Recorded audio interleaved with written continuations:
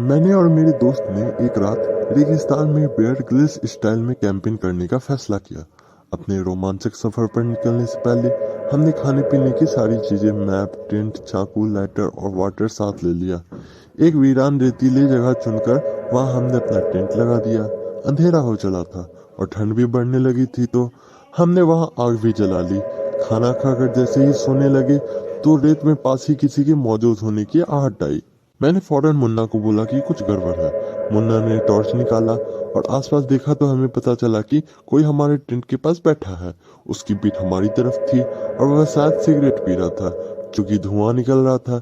सिर के बाल उसके बहुत छोटे थे और उसके सर के पीछे एक लंबी सी चोटी थी। हमें हैरत हुई कि ऐसी वीरान जगह पर यह आदमी क्या कर रहा होगा।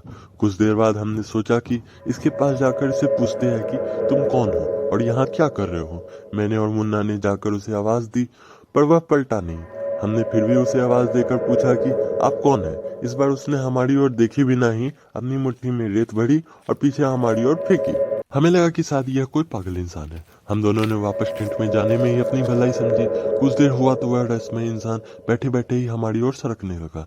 अब भी उसकी पीठ ही हमें दिख रही थी। छोटे बच्चे की तरह घिसट घिसट कर वह हमारे टेंट के 10 फीट की दूरी पर आ गया।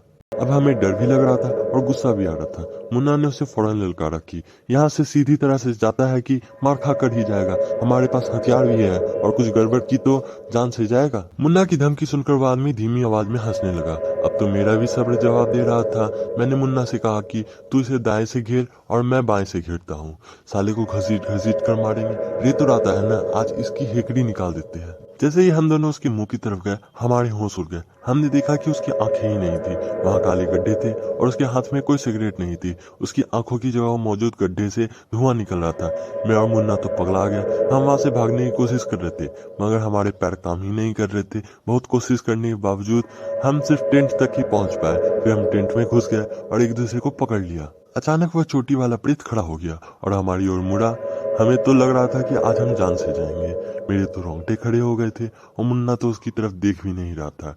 टेंट के सामने आके पड़े वह बिना आंखों वाला खतरनाक प्रेत रुक गया और कुछ इशारा करने लगा। शायद उसे कुछ चाहिए था। मैंने गौर किया तो मुझे समझ में आया कि उसे टेंट में पड़ा चादर चाहिए था। मैंने फौरन उसकी तरफ चादर और तकिया दोनों फेंक दिया। उसने फटाक से चादर ओढ़ ली और तकिया वापस मेरी ओर फेंक दिया। कुछ देर वह हमारे आसपास ही घूमता रहा और फिर ना जाने क्या हुआ, वह दौड़ते हुए अंधेरे में गुम हो गया। हम दोनों दोस्त मौत के खौफ से पूरी रात जागते रहे और डर के मारे कांपते रहे। फिर सुबह हम घर लौट आए। उस दिन के बाद माँ कसम हमने डिस्कवरी चैनल देखना ही छोड़ दिया। हमें पता नहीं कि वह प्रेत क्यों हमारी चादर मांग गया और उसकी आंख क्यों नहीं थी और उसने हमें जिंदा क्यों छोड़ दिया।